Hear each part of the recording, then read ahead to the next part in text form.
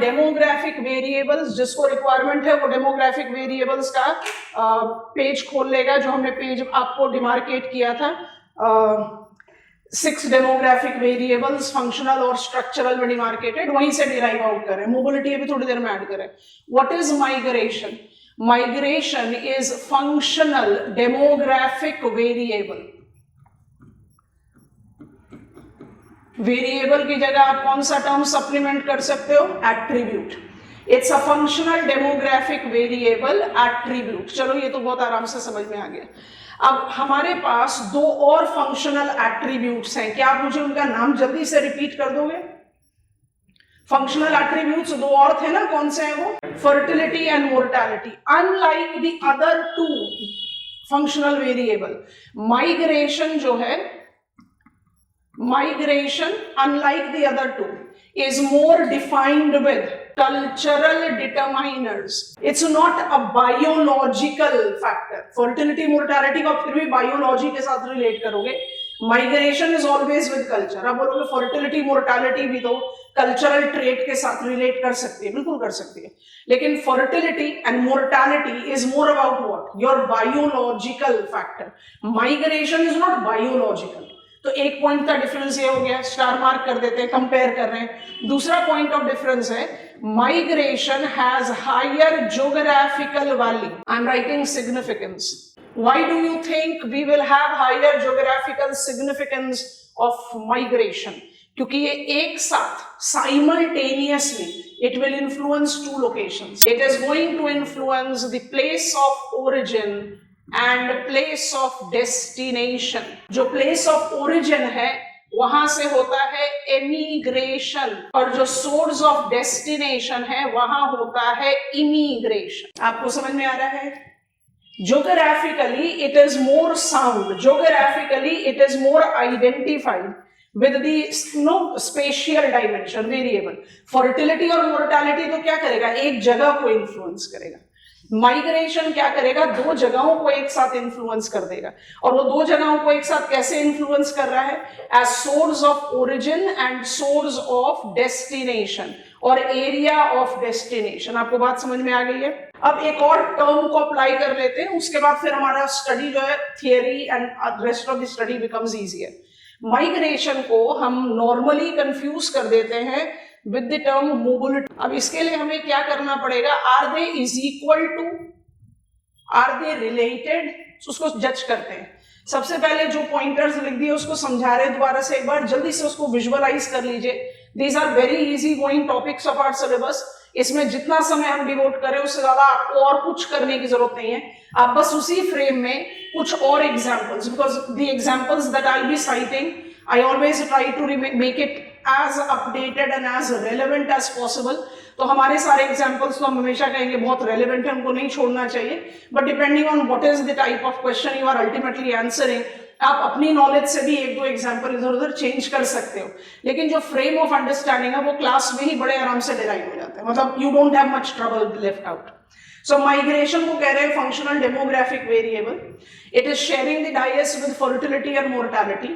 तीनों functional variable में 2:1 करके स्टडी करना बहुत अच्छा है, क्योंकि migration is that cultural variable which is going to influence 2 geographical areas together.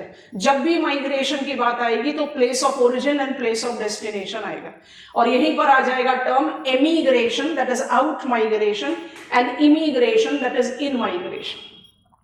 अब हम रोप इन करना चाह रहे हैं टर्म मोबिलिटी। मोबिलिटी को रोप इन करने के लिए हम माइग्रेशन की डेफिनेशन को थोड़ा सा जज करने की कोशिश करें। माइग्रेशन को कहते हैं change of residence for more than a week's time. मतलब migration thereafter can be temporary or permanent. समझे आगे?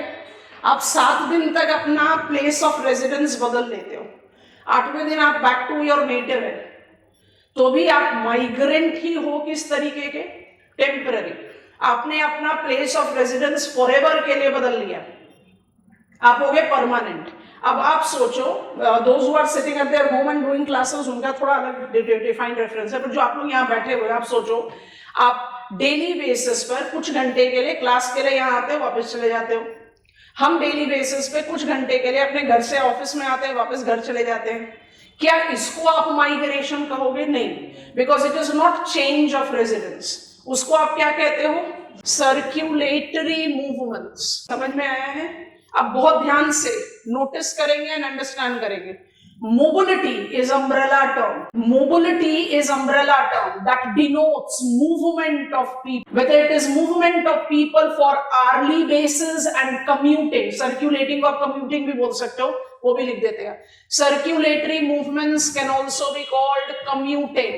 I commute on daily basis to my workplace and by evening I'm back home. समझ में आया? क्या ये माइग्रेशन है? ना, ये मोबिलिटी है, बिल्कुल है। Because mobility is what? Mobility is movement of people. जल्दी से टर्म फिट इन करोगे, एकदम डिसअपॉइंट करे बिना, ध्यान से सुनते जाएंगे। Mobility is umbrella term. Every mobility is not migration, but every migration is mobility. Question पूछ लिया मोबिलिटी, तो आपको कम्यूटिंग भी लिखना पड़ेगा। क्वेश्चन बोल रहा है माइग्रेशन, तो आप लिखो permanent and temporary. Global scale पर हो तो टेम्पररी तो काम आएगा नहीं। You have to take to some consideration. आप जब परमानेंट टाइप लोगे तभी तो उसके कॉज एंड कॉन्सिक्वेंसेस को आप इन्फ्लुएंस आउट कर पाओगे। टेम्पररी में कुछ केसेस हम जस्टिफाई कर सकते हैं जो किसी टर्ब्यूलेंट कंडीशन की वजह से हुआ, जैसे कहीं natural calamity, people have been fleeing, geopolitical tussle, violent conflict, people are fleeing, we believe that they will come back. पर जैसे सीरिया का हाल हुआ, जैसे इराक का पोजीशन है, जैसा अफगानिस्तान का पोजीशन है, क्या आपको लगता है कि लोग कहीं से भी विलिंग होंगे वापस वहां जाने के लिए? नहीं, बट पॉसिबिलिटीज हैं। तो I can take some examples of temporary, but largely हम परमानेंट तो कुछ भी नहीं है ना, to be very precise. Himalayas भी परमानेंट नहीं है। सो ये बस एक रिलेटिविटी ऑफ द टर्म है। तो मोबिलिटी अगर है तो कम्यूटिंग भी आएगा, माइग्रेशन भी आएगा। माइग्रेशन है तो चेंज ऑफ रेजिडेंस आएगा। Change of residence short time period के लिए है तो आप उसको टेम्पररी बोलो, हमेशा के लिए है तो आप उसको परमानेंट बोलो। I think it is comfortable. तो अम्ब्रेला टर्म क्या हो गया? Mobility. Migration is subset of mobility. ठीक है, हमें पढ़ना है माइग्रेशन। कम्यूटिंग हम पढ़ते हैं जब हम आते हैं अर्बनाइजेशन में। सब अर्बन एरिया, हम रह रहे हैं सब अर्बन एरिया में, हम रह रहे हैं नोएडा में, हम रह रहे हैं गुरुग्राम में, हम रह रहे हैं गाजियाबाद में, and I am coming to the city centre to work on daily basis and going back. उनको बोलते हैं bedroom communities, as towns, satellite town, जैसा हम पढ़ते हैं सेटलमेंट में। तो मोबिलिटी को आप कम्यूटिंग के साथ रिलेट करते हो, और कम्यूटिंग का बड़ा अच्छा अंडरस्टैंडिंग आता है जब हम अर्बन स्फीयर ऑफ इन्फ्लुएंस के बारे में बात कर रहे हैं। अभी के लिए mobility is umbrella term, its subset is called migration. इतना I think it is clear. We are focusing on migration. मुझे जल्दी से एक रिमाइंडर चाहिए आप लोगों से. You all are aware of it, so please don't disappoint. Migration, अब यहाँ लिख दे रहे हैं, as subset of mobility, excellently represent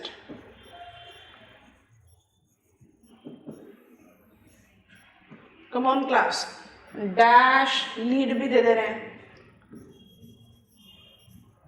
diffusion culture के साथ पड़ा हुआ है।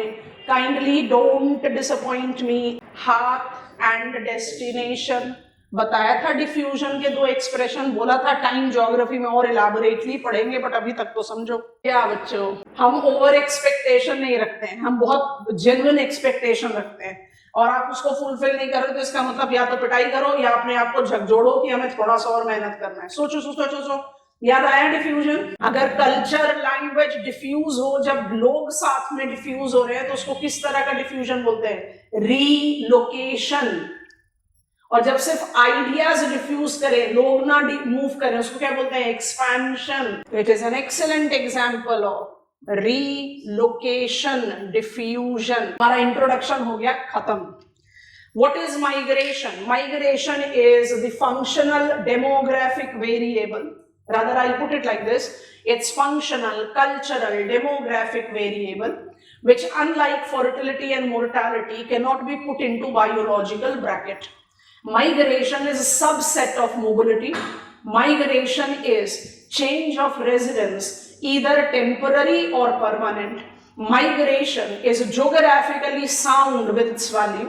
ऐसा नहीं कि fertility mortality नहीं है, but migration has got higher sound geographical value. क्यों? दो एरियाज एक साथ ही इन्फ्लुएंस हो जाते हैं. कौन से दो एरियाज एक साथ इन्फ्लुएंस होते हैं? Place of origin and place of destination. Origin में आप कौन सा टर्म अप्लाई करोगे? एमिग्रेशन. डेस्टिनेशन में क्या अप्लाई करोगे? इमिग्रेशन. आउट माइग्रेशन, इन माइग्रेशन. यहां तक समझ में आ गया? अच्छा, मुझे सिलेबस में मिलता है कॉजेज एंड कॉन्सिक्वेंसेस, तो हम इंट्रोडक्शन में एक और टर्म, एक और एक्सप्रेशन ऐड कर देते हैं, फिर हम इंट्रोडक्शन खत्म करते हैं, हम थ्योरीज पर आपको ले जाएंगे. Whenever I talk about migration, आप बोलोगे माइग्रेशन के तो बड़े सारे कॉज होते हैं. इकोनॉमिक हो सकता है, पॉलिटिकल हो सकता है, या नो से एस्पिरेशन ऑफ द पीपल हो सकता है, नेचुरल कैलामिटी हो सकती है, मेडिकल कंपल्शन हो सकता है. It can be multiple things. तो ये तो मेरा आंसर जो है वो इंकी पिंकी पोंगी बन गया, A B C D E F G fragmented. उसको आप किस तरह से जस्टिफाई करोगे? बहुत इंपॉर्टेंट स्कॉलर है, नाम है हैगर्ड स्ट्रैंड. वो क्या कहते हैं कि अगर आपको कॉजेज ऑफ माइग्रेशन को जज करना है तो आप इसको डायरेक्टली ले जाओ इन टू डेस्टिनेशंस पर, इन टू ज्योग्राफिकल लोकेशंस पर जिनके साथ आप रिलेट करते हो माइग्रेशन को. ठीक है? और कैसे जज करोगे? ओरिजिन प्लेस में काम करेगा push factor. What is the cause of migration? Push and pull. Push कहाँ काम करेगा? Place of origin में. और pull कहाँ काम करेगा? Place of destination में. पहले तो ये चीज समझ में आ गई. What are the causes of migration? Push and pull. अब दोनों ही, बहुत ध्यान से सुनना, दोनों ही किस तरीके के हो सकते हैं? Real and perceptional. Other side of the grass is always green. Maximum of migration that takes place in world is due to economic causes. But जो economic migration मान लो 100% काउंट करते हैं, डोंकी रूट से भी, डंकी बोलते हैं, डंकी रूट से भी जो लोग जाने की कोशिश करते हैं यूनाइटेड स्टेट्स ऑफ अमेरिका में, उनका अल्टीमेट पर्पस क्या होता है लाइफ का? कुछ इकोनॉमिक मोमेंटम के लिए. उसको दिमाग में रखकर सोचो, maximum of us who are moving for economic reason, क्योंकि ऑफिशियल है कि economic cause is the main cause of migration world wide. चलो समझ में आ गया. लेकिन maximum of us who are moving for economic reasons are not having appointment letters in our hand. तो हम किस चीज में वर्क कर रहे हैं? Other side of the grass is green. मुझे लगता है that I will do something great for my self moving to that particular place. तो पुश, अगर मान लीजिए इसको भी जस्टिफाई कर रहे हैं, मुझे लगता है कि डेस्टिनेशन मेरे लिए बहुत बेड ऑफ रोजेस लेकर बैठा हुआ है, वो क्या हो गया? Perception. If I have got appointment letter in my hand and then I decide that I'll be moving to that place, वो क्या हो गया? Real pull. अब पुश को देखें, हम सब एक ही जगह पर रह रहे हैं. Very common migratory trend in world is rural urban migration. तो ऐसा सोचते हैं हम सब एक ही गांव के रहने वाले लोग हैं, हम सब की एजुकेशनल क्वालिफिकेशन भी लगभग सेम है. हम में से कुछ लोग ये बिलीव करने लगे कि मुझे अपना वर्थ नहीं मिल रहा गांव में, मुझे जाना है, I want to go out to urban places. तो जो कुछ लोग ऐसा सोच रहे हैं वो उनका परसेप्शन है कि they are not getting their worth. अगर सब लोग ऐसा सोच रहे होते तो something real would have been there, कि भाई सूखा पड़ गया, खेती पूरी तरह से बर्बाद हो गई, हमारे पास खाने के लिए कुछ नहीं है, तो चलो, तब वो तो क्या हो गया? Real push. पर अगर हम में से कुछ लोग डिसाइड करते हैं नहीं, मुझे नहीं लग रहा है, I am getting my worth here, I want to move, तो आप मूव आउट करते हो. तो वो कौन सा पुश हुआ? परसेप्शनल. तभी rural urban migration world wide बड़ा मेजर माइग्रेटरी ट्रेंड रहा, पर विलेजेस डीपॉपुलेटेड थोड़े ही ना हो गए.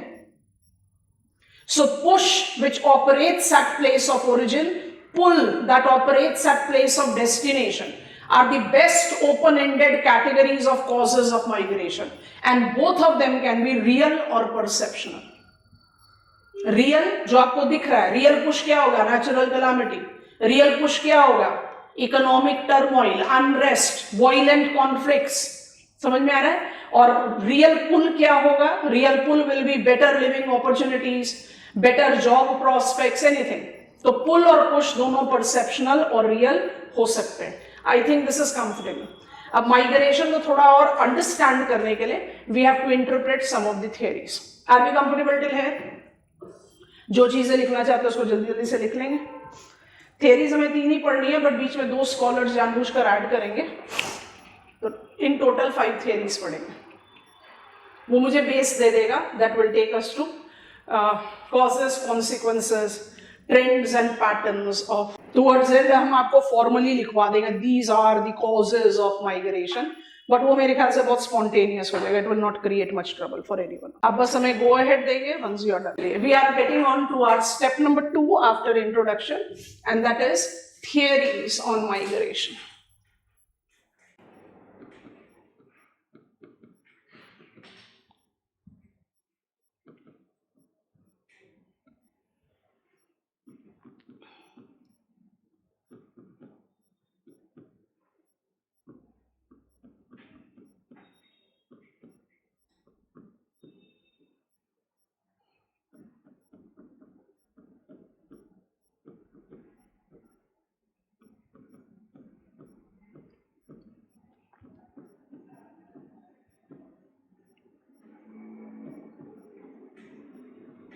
जो प्रिंसिपली रेफर्ड थियरीज हैं उन स्कॉलर्स के नाम हमने अंडरलाइन कर दिए हैं, बट हमें पढ़ना 5 को है, ठीक है। तो रेवेस्टीन को बोलते हैं लॉ, रेवेस्टीन के कंट्रीब्यूशन को बोलते हैं लॉज ऑफ माइग्रेशन। आप ऐसे लिस्ट क्रिएट कर लो। स्टॉफर और जिफ आप चॉइस में रखेंगे कि भाई मुझे एग्जामिनेशन इनको लिखना चाहिए कि नहीं लिखना चाहिए। मोबिलिटी ट्रांजिशन मॉडल 1880s, मतलब it was an empirical study. अब हम फटाफट से सारे पॉइंटर्स लिखते जाएंगे, समझाने के बाद आप लिखते जाना। थोड़ी देर के लिए पेन ड्रॉप करके रखेंगे रेवेस्टीन के बारे में। Ravenstein attempted elaborate study of international migration across North Atlantic. मतलब फिर से वही सैंपल ले लो, यूएसए और यूके के बीच में जो इंटरनेशनल माइग्रेशन हो रहा है उसकी स्टडी करी 1880s में, और एंड ऑफ 1880s 1889 में came up with list of laws of migration. लगभग सारे लॉज जो है वो सेल्फ एक्सप्लेनिंग है, and we mostly identify them to be valid. तो एक एम्पेरिकल ऑब्जर्वेशन पर बेस्ड इन्होंने एक कंसेप्ट की, लॉज की लिस्ट बनाई। अब इन लॉज को सेल्फ एक्सप्लेनिंग है तो ज्यादा दिमाग खराब नहीं करना पड़ता। जैसे ही आप इनको स्टडी करते हो you clearly make sense कि रेवेस्टीन बोलना क्या चाह रहे हैं ना, it doesn't create much problem। तो empirical observation based है, जानबूझकर इसी ब्लॉक में रखेंगे ताकि आप स्टॉफर और जिफ के साथ उसको कंपेयर कर सको। फिर हमारा next principle block of focus will be Everett Lee and then Zelinsky. तो रेवेस्टीन ने empirical observation पर, वो हम अभी थोड़ी देर में लिख रहे हैं, लॉज ऑफ माइग्रेशन को डिमार्केट किया। these laws of migration, list of migration laws are largely self-explaining। अब जैसे हम लिस्ट बनाना शुरू करेंगे आप बोलोगे अरे तो समझ में आ रहा है। जैसे main cause of migration is economic, adult migrates more than families, females migrate shorter distance and male venture beyond, majority of migrants travel short distance, bigger areas attract immigrants from the bigger area, gravity distance decay effect आप आराम से justify कर सकते हैं। When I take reference of his migratory law, it says every major migratory movement have weak and counter migratory mobility. They are sounding to be very self-explaining. And when I try to take up the reference of its validity, एक theory हमने नहीं बोला, एक law नहीं बोला, it says migration proceed step by step। वो कहीं हम थोड़ा सा doubtful लेकर चलते हैं, बाकी सारे सेल्फ एक्सप्लेनिंग है। तो आप पॉइंट 1 बनाएंगे रेवेस्टीन लॉज ऑफ माइग्रेशन, लिखेंगे एम्पेरिकल। एम्पेरिकल का मतलब होता है जाकर फील्ड सर्वे करना। Empirical observation based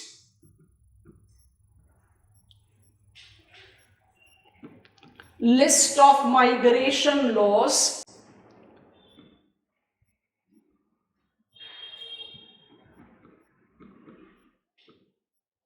with international migratory movements across North Atlantic।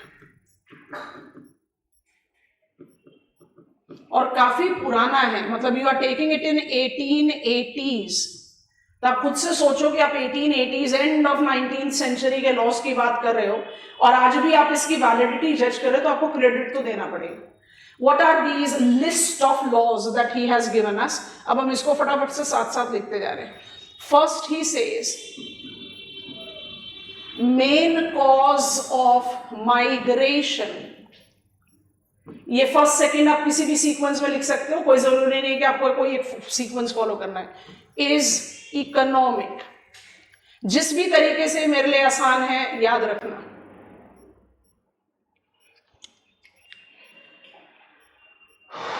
Main cause of migration is economic. Second, big towns grows on immigration. Third, majority of migrants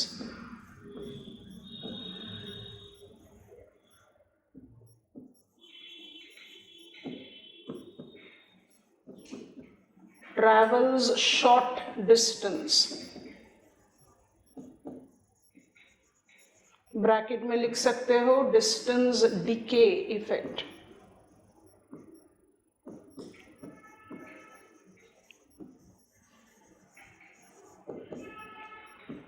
number 4,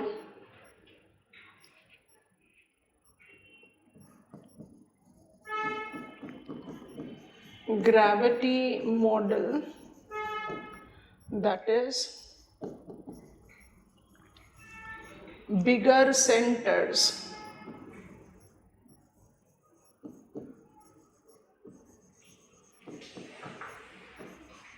have bigger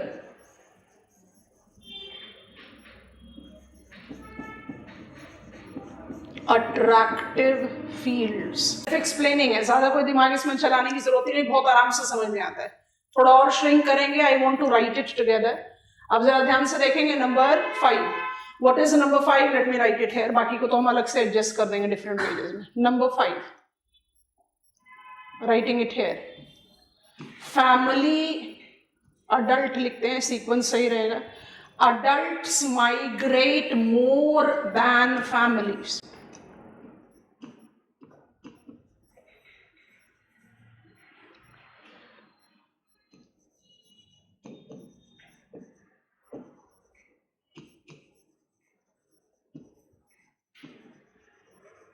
star mark के साथ next law लिख रहे हैं, क्योंकि इसमें आप time के हिसाब का थोड़ा सा मॉडिफिकेशन डाल सकते हो.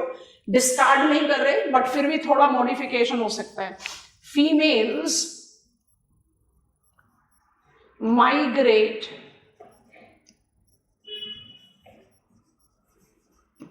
शॉर्टर डिस्टेंस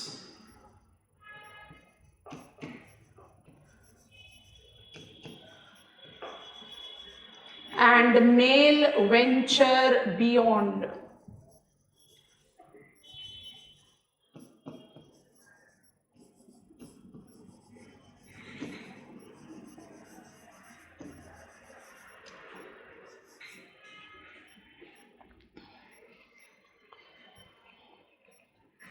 नंबर 7 ले रहे हैं. टिल 7 हमें कोई प्रॉब्लम नहीं, हम सारे लॉज को सेल्फ एक्सप्लेनिंग वैलिडेशन देते हैं. दे ऑल आर वैलिड, किसी को भी नहीं हटा रहे. Number 7, every major migration, migratory movement, I am underlining it, have weak and opposite counter migration. आप चले शहर की तरफ, आपको देखकर हम भी बहुत सारे लोग खुश हो गए, भाई कितना लाइफ में चेंज हो गया, चलो हम भी चलते हैं, हम भी जाके शहर में अपना लाइफ चेंज करेंगे.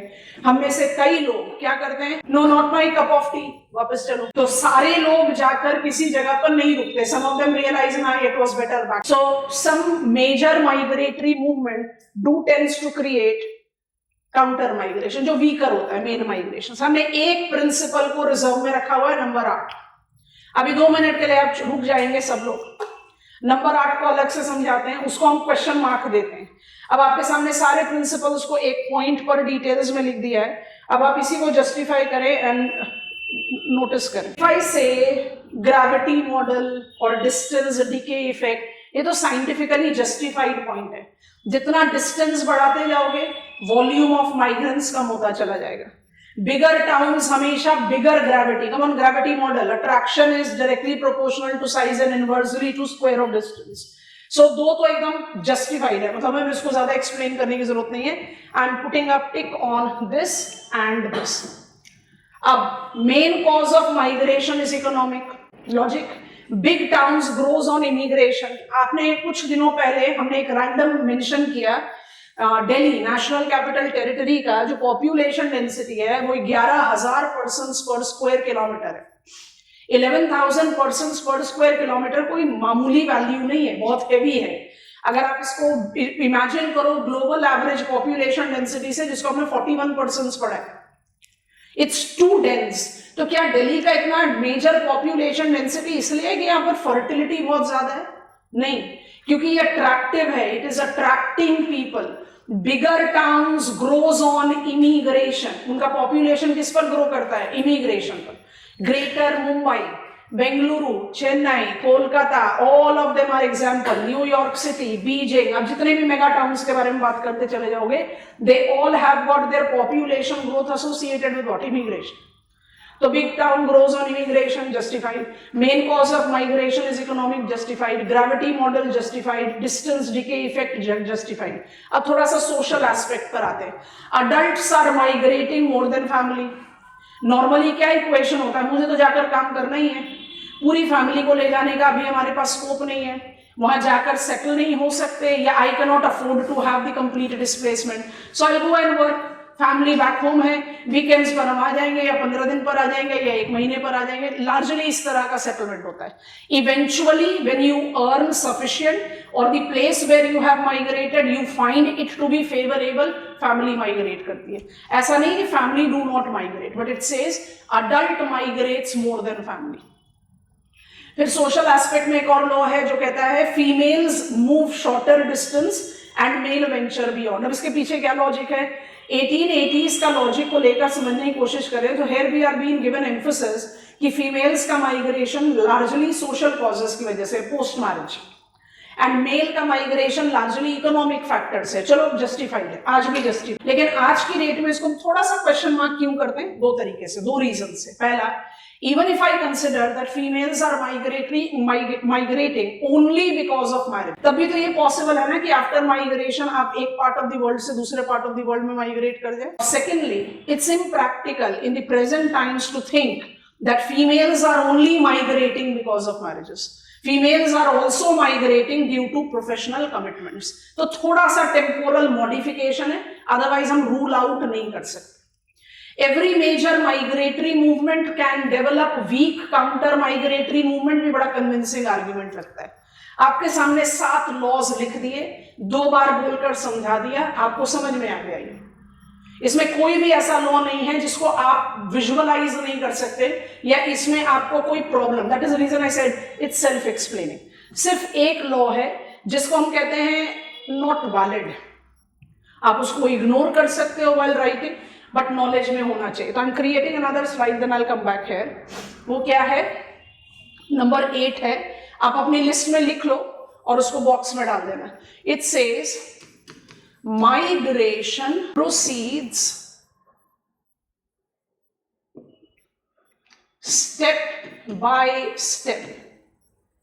अब इसका लार्जली जो हम मीनिंग निकालते हैं, स्टेप बाय स्टेप का जो हम लार्ज मीनिंग निकालते हैं वो क्या है?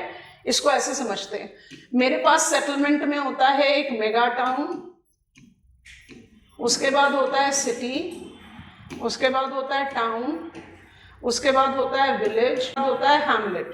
एक जनरल हायरार्की ऑफ सेटलमेंट्स जो है वो ये होता है, एक जनरल हायरार्की कि आप इसमें बॉटम में ले रहे हो हैमलेट एंड टॉप पे ले रहे हो मेगा सिटी। ये जो थियरी है जो कह रही migration proceed step by step, इसको लार्जली कैसे डिकोड करते हैं हम लोग? हम ऐसे डिकोड करते हैं, भाई सिटी ड्वेलर्स जाएगा मेगा टाउन में, तो टाउन ड्वेलर्स आएंगे सिटी में, तो विलेज ड्वेलर्स आएंगे टाउन में और हैमलेट ड्वेलर्स जाएंगे विलेज। समझ में आया? Migration proceed step by step. आप खुद सोचो, I as Hamlet dweller, why will wait for my turn? हम सीधा तो मेगा सिटी पर जा सकते। ये पॉसिबली 1880s के टाइम में there was, but बड़ा डिफिकल्ट है इस तरह का जस्टिफिकेशन देना, बट फिर भी possibly in 1880s lack of availability of connectivity between hamlets and mega towns would have been the reason that he said step by step. आज के डेट में हम कहते हैं नहीं, माइग्रेशन करो, proceed step by step. It can have some occasional random examples which can justify it, but we don't apply this. एक यही एक लॉ है जिसको हम डिस्कार्ड कर रहे हैं, बाकी किसी लॉ को डिस्कार्ड नहीं करते। Temporal modification is inevitable. I need a confident go ahead from all of you before I proceed. तो ध्यान से एक बार कोशिश करते हैं रिकॉल करने के लिए। 8 लॉज दिए हैं रेवेस्टीन ने, जिसमें से 7 को हम रेडिली अग्री करते हैं। हम उस स्लाइड जानबूझकर नहीं खोल रहे। अब आप लोग सब अपने आप को, अपने ब्रेन को ग्रिल करो। एम्पेरिकल ऑब्जर्वेशन बेस्ड 7, पूरे 8 नहीं, 7 of the migratory laws that justify their validity till date includes किसी भी sequence. Main cause of migration is economic. जल्दी जल्दी जल्दी। Big towns grows on immigration, gravity law, distance decay, come on, adult migrates more than family. यहाँ पर आप क्या ले आए? Social factor. Females migrate shorter distance, male venture beyond. Every major migration have got weak counter migration. हो गया काम खत्म। Migration proceed step by step. थोड़ा सा हम डिस्कार्ड करते हैं, इसको बॉक्स में डाल दो। हम चले प्रीवियस स्लाइड पे दोबारा से। अब हम इसको थोड़ा सा सेंटर स्टेज, चलो अभी थोड़ी देर ऐसे ही रख देते हैं।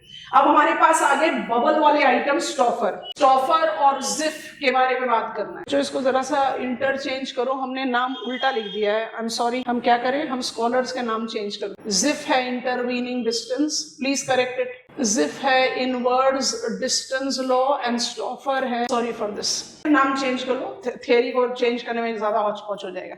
अब जरा ध्यान से देखेंगे, हम स्टेटमेंट बता रहे हैं और आप उसको लिखें या पहले उसको सुन लें। जिफ ने अपने इनवर्ड डिस्टेंस लॉ में कहा, the volume of migration is inversely proportional to the distance travelled by migrant. दोबारा से, what is inverse distance law of Zipf? Zipf again is very prominent human geographer, American scholar है। The volume of migration is inversely proportional to the distance migrants travel. क्यों हम GIF को इतना priority status नहीं देते? क्यों हम कोई भी ह्यूमन ज्योग्राफी की टेक्स्ट बुक उठाएं और थियरीज ऑफ माइग्रेशन पढ़ें, हमें रेवेस्टीन के बाद सीधा 1960s जीके जिफ ले जाते, सॉरी हमें ले जाते हैं एवर्टली मॉडल ऑफ माइग्रेशन। क्यों? क्या लग रहा है? It is directly related to which number of law that you have taken into account? Distance decay effect. अगली बात समझ में, लिख लो statement. Inverse distance law, Zipf's inverse distance law. इसको एक बॉक्स में डाल के साइड में रख देना, ताकि आपको जरूरत पड़े तो लिखो, नहीं तो छोड़ दो। The volume of migration is inversely proportional to distance traveled by migrants. Distance traveled by migrants. Star mark करके लिख दो। Corresponds to one of the laws of Revesty. Bracket में distance decay effect। हो गया? अब ऐड कर लीजिए Stouffer को जल्दी से। Stouffer, put a dash and just write down number of persons traveling a given distance is directly proportional to number of opportunities at that distance. Break the statement and write, and inversely proportional to the number of intervening opportunities. एक बार read करो, क्योंकि हमें star mark करके इसको भी रेवेस्टीन के किसी एक लॉ के साथ रिलेट करना है। Corresponds to which law of Revestín? Gravity model. Number of people going to certain distance will be directly proportional to opportunities available at that distance. Higher the opportunity, more the attractiveness. Perceptual हो सकता है, real हो सकता है, कुछ भी। बिगर towns तभी तो ग्रोज ऑन इमिग्रेशन ना। लिख लो पहले स्टार मार्क करके, corresponds to the gravity model of Ravenstein. हो गया, हमें बात समझ में आ गई। तो ये चॉइस है, जिफ या स्टॉफर आप अपने चॉइस में रखें। What is meant by intervening opportunities, कुछ एग्जांपल बता सकते हैं? हमने डिसाइड किया कि हम माइग्रेट करेंगे। Of course in the present circumstances the things are not that convincing.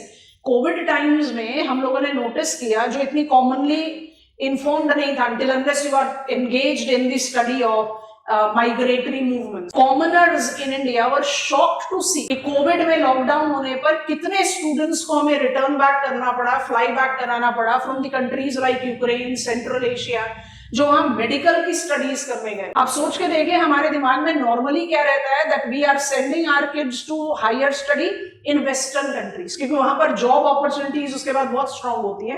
And that is the reason. एक एग्जांपल के साथ बता रहे हैं, I have decided as a student or as parent of the student कि हमारे बच्चे जाएंगे पढ़ने के लिए यूनाइटेड किंगडम या United States of America, because there is the opportunity that is being foreseen to the people who definitely find attractiveness in the overseas education. When we try to apply that intervening opportunity, so of late Singapore have evolved as an excellent example of intervening opportunity. Because distance from India is less, Singapore dollar has got lesser valuation than US dollar. If there is a requirement, you can easily come back to home. It will not take that much of the traveling time.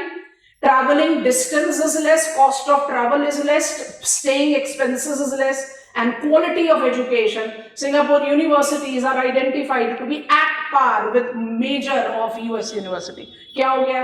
Number of people traveling to certain distance is directly proportional to opportunity at that distance and inversely to the opportunities available as intervening. अगर मुझे वही facility कम distance पर मिलेगी, तो I decide to go there. मुझे job मिल रहा था यहाँ से 200 किलोमीटर दूर, 100 किलोमीटर दूर में मुझे फेवरेबल लिविंग स्पेस मिल रहा है, फैमिली को शिफ्ट करना आसान है, तो I'll be deciding कि vacant house वहां पर बेटर है, लिविंग कंडीशन वहां पर बेटर है, या I have got hospitals because I have to move with aged parents, या वहां पर schools है because I have to move with young kids. तो जो भी कुछ है, intervening opportunities किसके साथ रिलेट कर रहा है? Gravity. That is the reason Zipf और स्टॉफर को हम इतना इजीली इंक्लूड नहीं करते लिस्ट में। बट मेरी एडवाइस हमेशा है, अगर कोई क्वेश्चन मिले ऐसा जिसमें आपको लिखना हो थियरीज ऑन माइग्रेशन, जिफ और स्टॉफर को मिस मत करो, एक एक पॉइंट पर ऐड ऑन। ठीक है, अब हम चल रहे हैं एवर्ट ली। हम पूरी थियरी बिल्टअप करेंगे, आप सब लोग चाहो तो हमारे साथ कॉपी डाउन करोगे, उसका जो एक पॉइंटर बनाना है वो आप हमें बताएंगे समझने के साथ साथ। So I am now talking about Everett Lee. Everett Lee का जो मॉडल ऑफ माइग्रेशन है उसको हम क्रेडिट देते हैं that it is basically the attempt of consolidating laws of migration listed by रेवेस्टिन।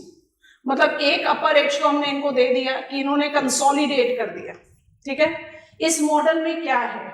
इस मॉडल में 4 फैक्टर्स का इंटरप्ले है। अब ध्यान से देखते जाओ, हम कंटेंट बिल्ड करते जा रहे हैं, आप साथ में कॉपी डाउन कर रहे हो, that is your choice.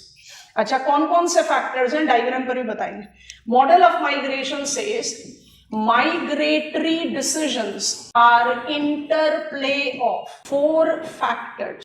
First है factors operating at place of origin, इसको नंबर 1 मार्क कर देते। Number 2 factors operating as intervening obstacles, obstacles not opportunity. Number 3 factors operational at destination. अब 2 मिनट के लिए रुकेंगे तब नंबर 4 लिखेंगे। डायग्रामेटिक रिप्रेजेंटेशन भी साथ साथ बनाते जा रहे हैं, बहुत मतलब ओपन एंडेड डायग्राम बनाना। अब सब लोग पेन ड्रॉप कर लो थोड़ी देर के लिए। प्लेस ऑफ ओरिजिन है, ओरिजिन है, इसका मतलब यहां पर क्या होगा? पुश फैक्टर एप्लीकेबल होगा, वो रियल हो चाहे परसेप्शनल हो, पुश तो हो गई। तो आपके डायग्राम में क्या होना चाहिए? Factors operating at place of origin में मैक्सिमम नेगेटिव फैक्टर होना चाहिए। नेगेटिव क्या डिनोट कर रहा है? ये नेगेटिव क्या डिनोट कर रहा है? पुश, तभी तो प्लेस ऑफ ओरिजिन है, रियल हो चाहे परसेप्शनल हो। तो ये डिनोट कर रहा है, all negatives are denoting push. ठीक है, पर यहां पर कुछ पॉजिटिव तो होते ही हैं। Place belongingness, I was born here, my parents are here, my childhood was spend here, anything. ठीक है। इंटरवेनिंग ऑब्स्टिकल्स, ऑब्स्टिकल्स है, तो ऑब्स्टिकल्स को तो आप हमेशा नेगेटिव से ही डिमार्केट करोगे। क्या हो सकते हैं intervening obstacle? Distance of travel बहुत ज्यादा है, डिस्प्लेसमेंट कॉस्ट बहुत ज्यादा है, पूरी की पूरी फैमिली एंड एस्टैब्लिशमेंट को लेकर वहां जाना is a difficult task because of difficult terrain, lack of availability of favourable means of transport. अगर आप एविएशन से जाओ तो आपके पास कैरी ऑन बैगेजेस का वेट का रिस्ट्रिक्शन होता है, मेनी थिंग्स जो कि इंटरवेनिंग ऑब्स्टिकल्स के तौर पर काम करे। अच्छा, फैक्टर्स ऑपरेशनल एट डेस्टिनेशन, कोई भी प्लेस डेस्टिनेशन क्यों है? क्योंकि वो अट्रैक्टिव है। तो इसका मतलब यहां पर मैक्सिमम आपको क्या दिखेंगे? पॉजिटिव। मतलब यहां पर आप अट्रैक्टिवनेस को ज्यादा देख रहे हो। अगर वो रियल है कि परसेप्शनल है, that is a different thing, but you will have relativity of the diagram में जितना पॉसिबल हो पॉजिटिव्स डाल देंगे आप डेस्टिनेशन। अभी फोर्थ फैक्टर नहीं लिखा, बहुत ध्यान से सुनना। Ebert Lee's model of migration says migratory decisions are interplay of four factors. Factors operating at place of origin, factors operating as intervening obstacles, factors operating at destination. और जो diagram में नहीं है वो है factors that are individual specific. जैसे अभी थोड़ी देर पहले हमने कहा कि मुझे मूव करना है एज्ड पेरेंट्स के साथ, तो मेरे लिए क्या रिक्वायरमेंट रहेगी? Near availability of medical facilities. मुझे जाना है यंग किड्स के साथ तो स्कूल, मुझे जाना है ग्रोन अप किड्स के साथ तो कॉलेज, मुझे जाना है अपनी वाइफ के साथ तो सेफ्टी ऑफ फीमेल्स, कोई भी चीज, anything that is correlated with individual specific requirement जो डायग्राम में नहीं है। तो हम इसको फोर्थ करके यहां पर लिख देते हैं, which is the fourth factor. Fourth factor is individual specific factor. अब टर्म्स बहुत इंपॉर्टेंट है, 2 मिनट के लिए रुकेंगे, समझेंगे, उसका जो चीज कॉपी डाउन करनी है वो कर लेंगे। चारों फैक्टर्स आ गए, अब हम थियरी बिल्ड कर रहे हैं। ऑल ऑफ यू कंसंट्रेट है। क्रेडिट को हम पहले ही दे चुके। एबर्ट ली को हम क्या क्रेडिट देते हैं? इन्होंने कंसोलिडेट कर दिया। रेवेस्टी ने तो लंबी चौड़ी लिस्ट दे दी थी लॉज की, इन्होंने उसको कंसोलिडेट कर दिया। कैसे किया सोचो, हम बोलते बोलते लिख भी दे रहे हैं।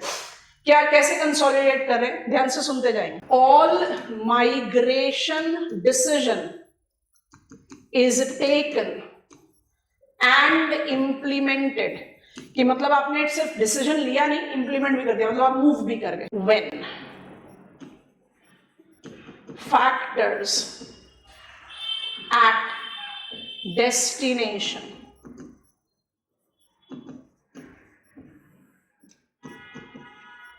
is strong enough to, नहीं तो ऐसे थियरीज गोल घुमाते रहो, कंफ्यूजन क्रिएट होती रहती है, बड़े आराम से कंसेप्ट क्लियर हो जाता है। स्ट्रॉन्ग इनफ टू, सबसे पहला सप्रेस, ये टर्म्स बहुत important. Factors at origin, over rule factors as intervening obstacles, satisfy factors that are individual specific। आ गई बात समझ में? क्या सप्रेस करोगे ओरिजिन में? ये positive. I was earning in thousands per month at my place of origin। मुझे एक ऐसा पैकेज मिल गया जहां I'll be earning in lakhs at my place of destination। तो भाड़ में गया place belongingness. I was born here, no problem, I regularly be visiting it. तो आपने क्या कर दिया? Factors at destination is strong enough to suppress. Suppress तो वही चीज करोगे ना जो पुश कर रहा है, उसको सप्रेस करने की जरूरत है। तो कौन से फैक्टर्स हैं एट ओरिजिन जिसको आपको सप्रेस करना पड़ेगा? बिलोंगिंगनेस, प्लेस आइडेंटिटी जिसको बोलते हैं, तो आपने उसको सप्रेस किया। अच्छा, मेरा पैकेज इतना जबरदस्त है कि डिस्टेंस ऑफ ट्रैवल बहुत है, ट्रैवलिंग कॉस्ट बहुत है, कोई बात नहीं, मेरा पैकेज इतना अच्छा है 2-3 महीने में कंपनसेट हो जाएगा। तो I have also over ruled intervening obstacles and I have satisfied जो भी मेरी individual specific requirement of better housing, of better hospitals, of better schools, of better colleges, वो सब कुछ अवेलेबल है। तो I take decision and I might. Migratory decisions are taken, कितना open ended है, इकोनॉमिक भी हो सकता है, पॉलिटिकल भी हो सकता है, कुछ भी। Migratory decisions are taken and implemented if factors at destination is strong enough, capable enough to suppress factors at origin overrule factors as intervening obstacles and satisfy factors which are individual specific. Credit दे चुके, consolidated laws, negativity बता दो, उसके बाद जो मर्जी copy करना, जल्दी से बता दो, कोशिश करो, all of you can answer. आपको इस मॉडल में बहुत अच्छा कंसोलिडेट कर दिया, इतना ओपन एंडेड मॉडल है कि हर जगह अप्लाई कर सकते हो माइग्रेशन के, फिर भी एक बहुत स्ट्रॉन्ग लिमिटेशन है। कमॉन कमॉन कमॉन कमॉन, अरे कोशिश तो करो। किस तरह से साथी पता तो चले ना कैसे, किसी के दिमाग में नहीं आ रहा। आप जहां रह रहे हो वहां पर आ गया अर्थक्वेक, आप जहां रह रहे हो वहां लैंडफॉल हो गया साइक्लोन का, आ गई सुनामी, पॉलिटिकल अनरेस्ट है, displacement of the population due to immense violent conflict, ये मॉडल काम करेगा? नहीं करेगा। आप तब बैठ के थोड़ी सोचोगे कि क्या मुझे वहां एज्ड पेरेंट्स के लिए हॉस्पिटल मिलेगा कि नहीं, तब तो आप भागोगे क्योंकि आपको अपनी लाइफ बचानी। This model is such open-ended that it has safely consolidated list of laws of migration given to us by Revestine. बिल्कुल सही, but it totally is invalid when migration involves real push. समझ में आ गया? Copy down करें, जो भी कुछ आपको कॉपी डाउन करना है इसमें से, कॉपी डाउन तो सभी कुछ कर लेना चाहिए। हम ये एडवर्सिटी को यहाँ पर लिख देते। क्रेडिट दे रहे हो तो क्रिटिसिज्म भी देना पड़ेगा। Not applicable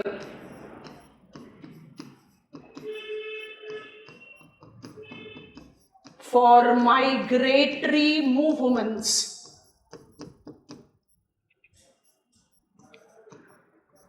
caused by real push। अब रियल पुश के बहुत सारे एग्जाम्पल्स हैं जो आप एनलिस्ट कर सकते। We give credit to Lee for consolidating and criticize the model as it do not take into consideration migratory decisions that are taken in the influence of real push। real push में आपके पास luxury है ही नहीं कि आप सोचोगे कैसे move करना है, क्या मूव करना है, simply flee because you have to save your life. बढ़ जाएंगे, बैठ जा रहे हैं लिस्ट पर। कौन कौन से स्कॉलर्स हमने पिकअप कर लिए? Laws of migration Ravenstein, inverse distance law Zipf, intervening opportunity Stauffer, and then model of migration Ebert Lee। अब जो स्कॉलर को पिकअप करें उनका नाम है जेलेंस्की और उनके मॉडल का नाम है मोबिलिटी ट्रांजिशन मॉडल। तो किसी की तरह तो साउंड कर ही रहा है, मोबिलिटी ट्रांजिशन मॉडल। मुझे किस चीज की याद दिला रहा है? मोबिलिटी ट्रांजिशन मॉडल मुझे किसकी याद दिला रहा है? Demographic transition model. जिफ ने 1971, बहुत इंपॉर्टेंट स्कॉलर है, रेडिकलिज्म में दोबारा आएंगे हमारे स्टडी में।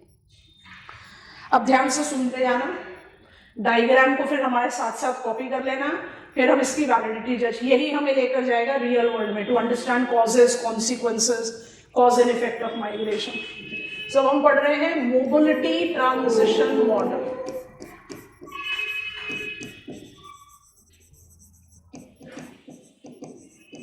आपको बताया था कि जो ओरिजिनल स्टेटमेंट है डेमोग्राफिक ट्रांजिशन का, उसको लेट 60s में पीटर हैगेट ने मॉडिफाई किया, प्रेडिक्टिव कंपोनेंट को स्टेजेस पर डाल दिया, giving us low stationary and declining. उसके बाद 1971 में उमरान ने एपिडीमियोलॉजिक ट्रांजिशन मॉडल दिया कि भाई हमें सिर्फ फेमिन और परसिस्टेंट डिजीजेस को कंसिडर नहीं करना चाहिए।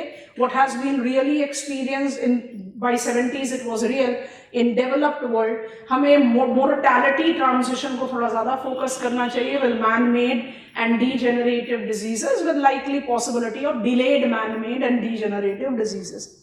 एक ऐसा ही अटेम्प्ट जेलेंस्की ने किया, और जेलेंस्की के इस मॉडल को आप नहीं लिखते हो जब आप आंसर लिखते हो डेमोग्राफिक ट्रांजिशन मॉडल्स में, क्योंकि डेमोग्राफिक ट्रांजिशन मॉडल में माइग्रेशन इंक्लूडेड नहीं है, फर्टिलिटी और मोर्टैलिटी है, तो ये अलग ही है। मोबिलिटी ट्रांजिशन मॉडल जेलेंस्की का 1971 का है। So by default I am not writing it, it was an attempt to integrate migration to transition model। ठीक है, इसमें जेलेंस्की ने क्या किया है? इसमें जेलेंस्की ने हमें 71 लिखना इसलिए जरूरी है क्योंकि जेलेंस्की 5 स्टेजेस कंसिडर कर रहे हैं जो पीटर हैगेट ने हमें दिया था। तो इसलिए 71 इंपॉर्टेंट है, इसलिए लिख दिया। ज़ेलेंस्की क्या कर रहे हैं? Attempt to integrate migration in demographic transition model, that is justifying transitional trend, boldly underline कर दिया, of migration at 4 different scales.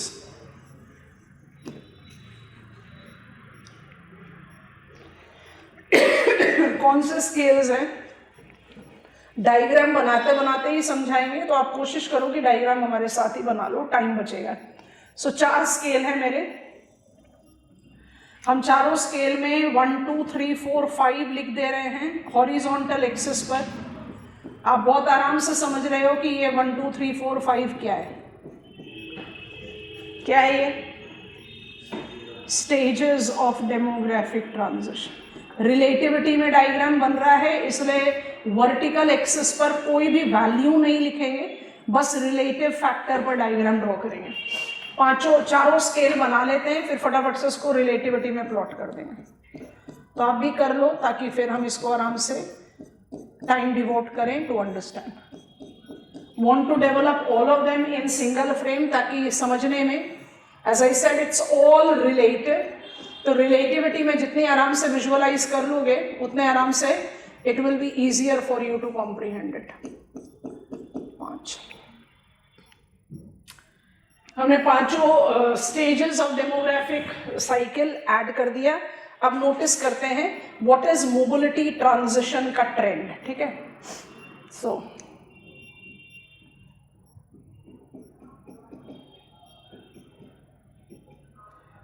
peaking after early expanding and declining thereafter is international migration.